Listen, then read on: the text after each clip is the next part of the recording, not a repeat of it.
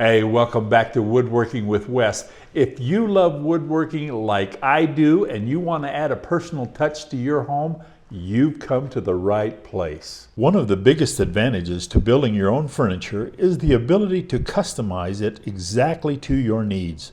Whether you need extra storage in your living room, bedroom, or even in the hallway, you can design it to fit exact dimensions you require. And unlike store-bought, adding your skills and using quality materials, you can craft a piece that will stand the test of time. I'm going to help you build this cabinet step by step. I'm also going to let you know how much it cost me to build and how much money you can save. We're going to start off with our whiteboard so you can see what we're building. Our cabinet is going to be 54 inches wide, 36 inches high, 2 doors on the outside and 3 drawers down the middle, but we're going to start by building the end panel. The end panel is going to be a paneled effect. We're going to use a 3/4 inch piece of melamine, and we're going to do a 1/2 inch overlay, 2.5 inch strip, 1 3/4 inch strip, 3 top and bottom, and then we got a 2-inch face that's going to give it a post effect when we get all done. That's what the 2 inch there is indicating. So it's going to give it a nice little post effect on the leg. But let's get started by doing the end panel. We started off with cutting a panel out of white melamine. White melamine makes a great paint grade surface. This is going to be a paint grade cabinet, but you have to sand off the factory finish in order for the paint to stick. And I've already done that. What we're going to do, we made some 1/2 inch strips that are going to overlay on our piece of white melamine, just like this and like this, and that is going to create our panel. And then we're going to come back and we're going to put a little beaded application in there. We're going to attach our facing pieces with some glue and 1-inch headless pins. This is going to be the front of our panel, and so we're going to put our 1 3/4 inch piece on the front. We're going to tack it down with our headless pins. The reason we're 1 3/4 on the front and 2.5 on the back is because we're going to have that 2-inch piece that is going to create the L-shaped face. We'll put that like that. Then we'll put a 3-inch piece on the top. Here is our top rail to our panel. Again, 23 gauge headless pins flush with the top. Our bottom rail is going to be the same way. We're going to put a little glue, and we're going to put just a little glue here on the joint so that it kind of glues together that joint. And we're going to make it flush with the bottom of our melamine panel.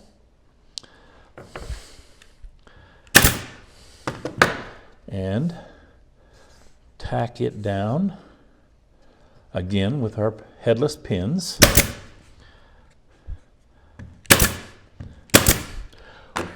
We have created a 4 3/16 foot at the bottom of our cabinet by making our rails on our panel piece long. That creates our leg. We won't call it a foot, we'll call it a leg. And so a little bit of glue down the back side here, some glue at the end of our rail stock so that it glues together.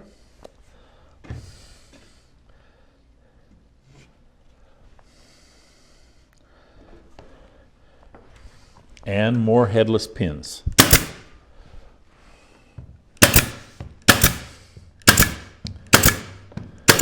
Okay. We'll go ahead and finish tacking that down. We'll putty and get ready to sand those. And then I'm going to show you about this little beaded insert that we're going to put in here that will add the little decorative detail. The final step on our end panel was to install this decorative bead mold. I want to show you how we did that. There is a bit that we put in our router. It's an actual bead bit.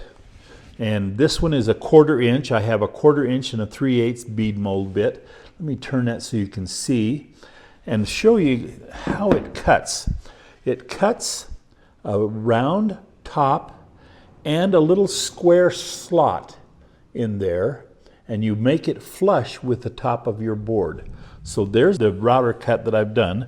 Then you go and you cut your little bead out of your piece of wood. So you can see where this is cut out of my wood, like that. And then you install it on your door or panel like that with this little flat piece here. Let's see. This little piece right here, this little flat step edge, goes against the frame of your door and creates this little bead mold. Then you nail it in with your little 23 gauge nailer and just putty the little nail holes and go back and sand it out like that. And there is your bead mold all installed. We're doing this on our end panels and we're doing it on the inside on our beaded doors. I've completed my sanding, but let's bring you up to date. This is the end panel I was working on. We had put our frame around our melamine panel and we had put our bead mold on the inside. I've installed the 2-inch face, nailed on a 2-inch face. We've sanded that nice and smooth, and I put a round over front and back and along the bottom edge here, so this end panel is nice and smooth and ready to go. Set that off to the side. Here is the door that we're going to be using. Now this is the door we did last week in our video, and I'm going to put you a link to last week's video so that you can see how we made this door. This is why we're building the cabinet, because we wanted to be able to use that very special door that we built last week. So here's our door.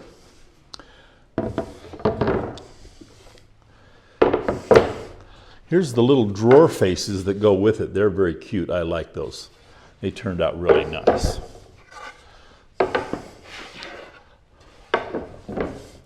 These three little pieces right here are the top rail to the cabinets. So our door is going to fit on the front of this, but the top rail was 1.5 inches, and there's our top three pieces.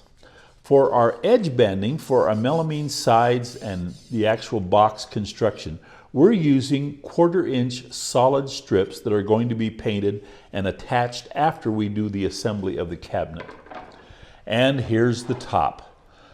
I made a top by gluing together solid pieces and then just sanding it out all the way from 80, 120, and then 150. I put a round over edge, top and bottom, so that it has a nice smooth face.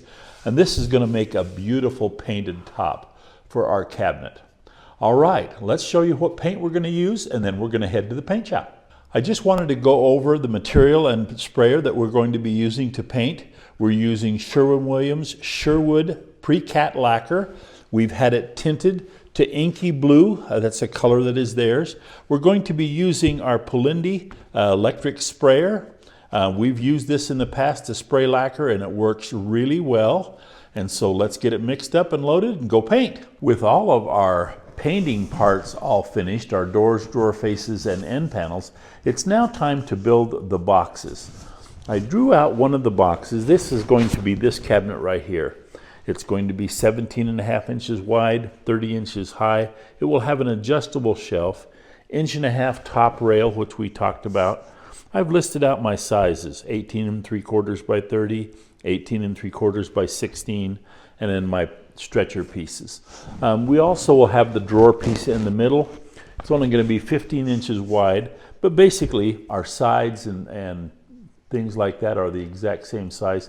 We also have drawers that go here, and let's go ahead and put our drawers together. I've worked out the sizes for my drawers, and I've actually built a couple. I'll show you one of the ones that's complete, and then we'll put one together. Here is our finished drawer. We're using 5/8 Baltic birch. We're just doing a butt joint, and we're putting a wood grain melamine bottom on it. We have one cut out here ready to go. So let's get started on that. Here's our bottom that we will put on the end of it. Here's our end pieces. And what we did for our ends is we measured the overall width of our drawer. We subtracted the amount of wood that is involved, or the sides, so that we subtracted the dimension of our two sides, and that gave us the dimension of our front and back. That's always the way you do it. You figure out what your sides are, and then you cut your fronts and backs to give you your overall complete measurement. That's what you want. We're going to be using 1.5" 18 gauge nails. I'm going to nail this one side together, and then I'm going to turn it around so you can see what we're doing. By nailing together on a flat surface like this, we keep our level on our drawer. Because of the drawer guides, we're just using a side mount drawer guide, and so we don't need to dado in the bottom like we would with a undermount drawer guide. And this is the way we're putting our drawer together. We're just using, like I say, 1.5" 18 gauge nails.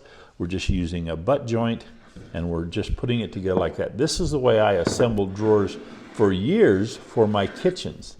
And it's unbelievably stronger than it looks. I never had to go back and fix a drawer that came apart. In all of my years of building kitchens with this type of drawer construction, it was amazing how strong and durable it was. So there's lots of different drawer joints that you can use, and they're very nice and they make strong drawers. But for quick, fast, and strong, this is a great construction method. There's our two sides right there.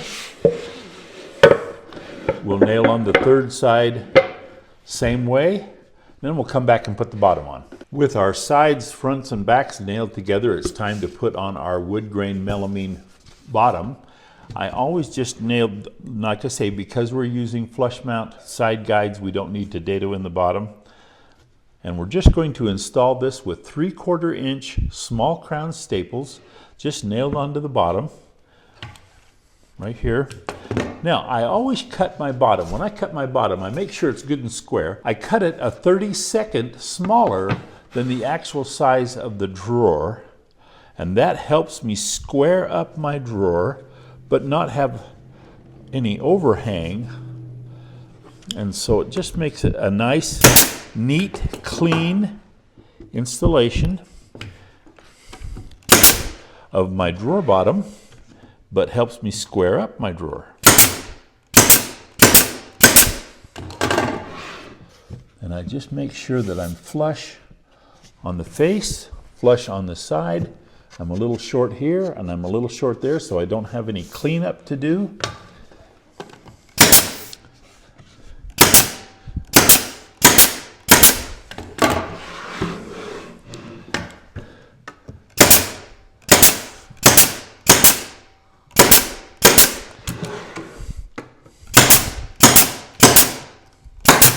And you'll be amazed how strong that is on the bottom.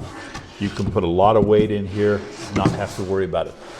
I want to show you what I do after I get the drawer all put together. I sand the top. I put an 1/8 inch round over around the inside and the outside. I sand the edges of the corners so they're not sharp. And I take my sander and I just run around the bottom here and clean up where the staples went in so that I don't have a rough edge on the bottom either. Just makes a nice drawer when you get all done. Nice, smooth, clean, and easy to keep clean on the inside. Wipes out with just a damp cloth, always clean.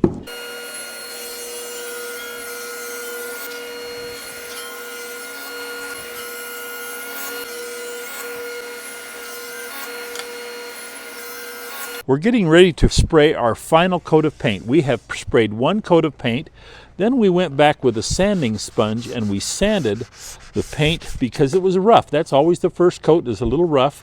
We go back, we sand it. I use a sanding sponge so I can get in around all of the profiles, make it nice and smooth. And your finish is going to be as smooth as your sanding job. So we got a nice smooth sanding job. You can even see a little bit we went clear through the paint and sanded the wood. That's just fine, that's going to cover.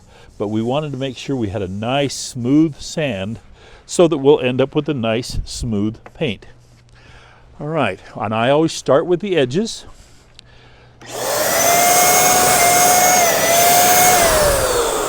You sneak around here in front of you and get this edge over here. On this other edge. And then I come right down the front.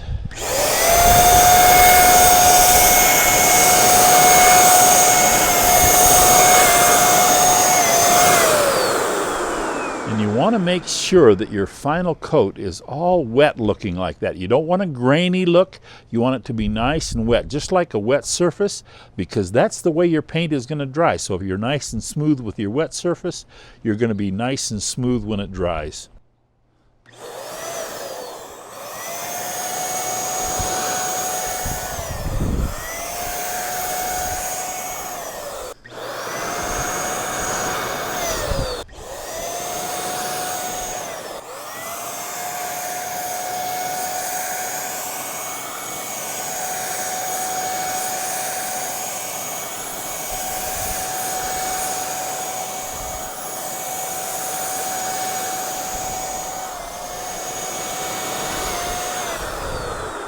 I went ahead and assembled this cabinet right here. The one thing that I did different is I had an adjustable shelf figured in there. I decided, because it's open all the way top to bottom, just to put a solid shelf in here. And you can see our 1/4 inch facing looks really good, our top rail. And this is the way the cabinet goes together. Let's go ahead and build the other cabinet just like it. Okay, this is the side of our cabinet. This is the floor.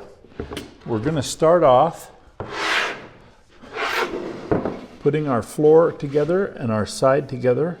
The first thing we do is we use our 18 gauge 1.5 inch nail to tack it in place to alignment. I always do this when I assemble my cabinets. I use this construction method of tacking it together with my 18 gauge nail, so that I have everything aligned right where it's supposed to be. Then I come back with an 1 3/4 inch medium crown staple.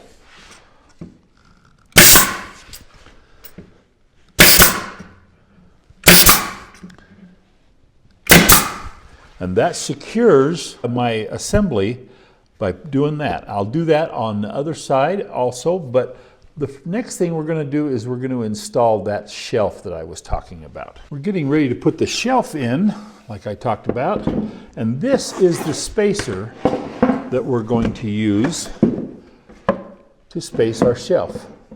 And so what I do is I set that in there, line it up. I'm going to give it one nail on top here, like that. I'm going to pull my spacer out and use it for a straight edge, and line it up with the nail that in the center of my shelf, like that. That tells me where I'm going to put my nails and my staples. Okay, put my spacer back in there, pull my shelf down tight against my spacer. Nails, just like we did.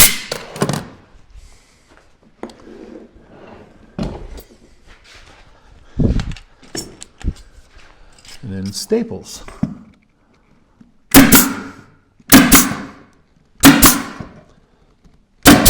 Okay, we'll get the other side put on, and then we'll come back and get ready for the rest of it. With our bottom end shelf nailed in, it's now time to nail in our back hanging cleat. I nailed a 4-inch piece and a 3-inch piece together at a right angle. That gives me a cleat to nail my back to, and a cleat to allow me to hook the top together. I screw through that into the top, and we just anchor that with my 18 gauge nail gun.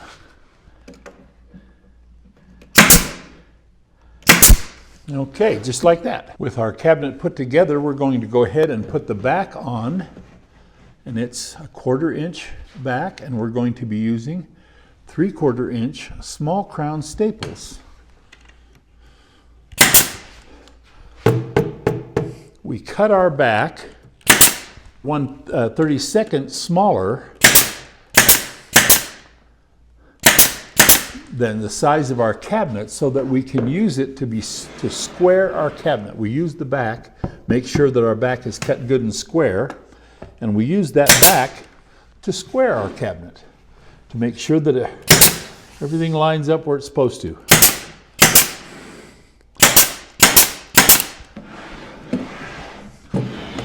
By cutting it only just a little bit small, we don't have to worry about doing any trimming.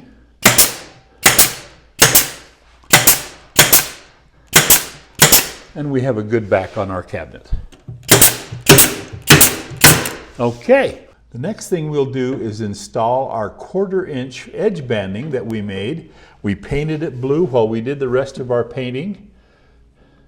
And we'll just glue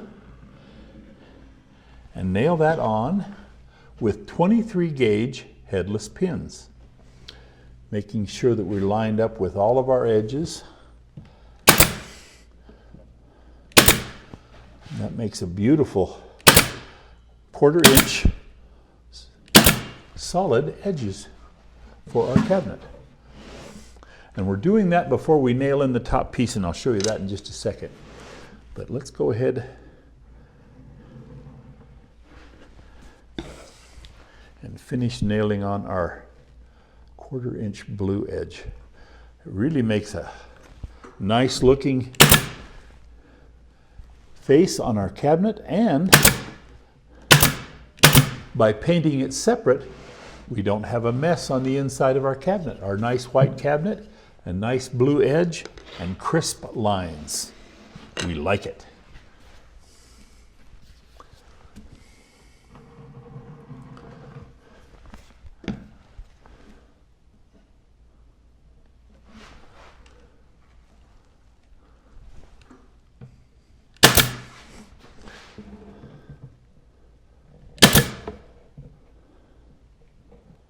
With our edging all on, we now can put in our top face rail of that 1.5 inches that we talked about.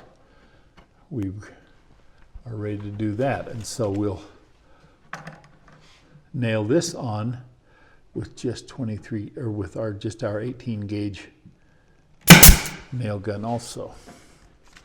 All right, just like that. All right, I have those two cabinets done together. All we've got to do is put the drawer piece down the middle. I'll get that done next, and then we'll come back and start putting our cabinets together. With all 3 cabinets assembled, we're now going to tie them together. We're going to use 1.25 inch grabber screws. I always clamp the 2 cabinets that I'm screwing together so that I can hold them tight, and then we just screw, and I'm going to screw from the inside of the drawer section so that our screws won't show.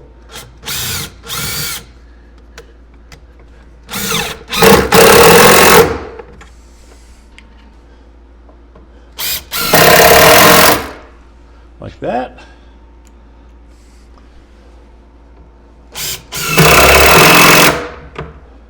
And that ties those cabinets together. And we'll put some screws on the front like we did and a couple in the back. And we'll tie this one same way. Next up is the installation of the end panel. It goes on just like this and screws from the inside of the cabinet into the end panel, just like we did the 3 cabinets together.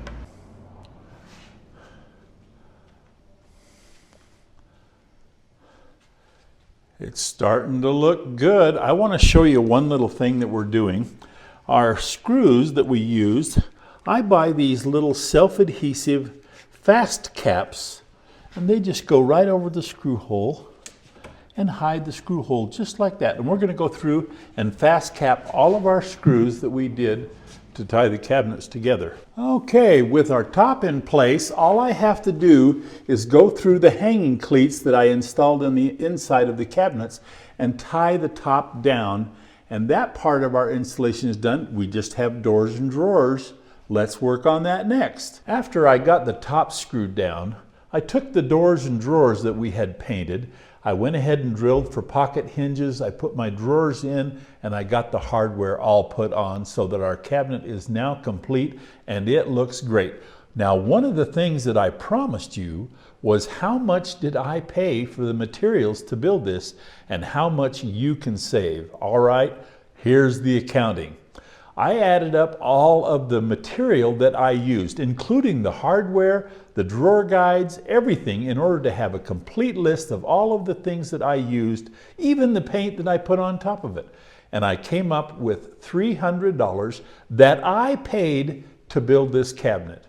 Now, just as an idea of what you would have to pay for it, Back in the day when I had my own business and was building kitchen cabinets, based upon the running foot price, and that's the way I priced my cabinets, I priced them by running foot.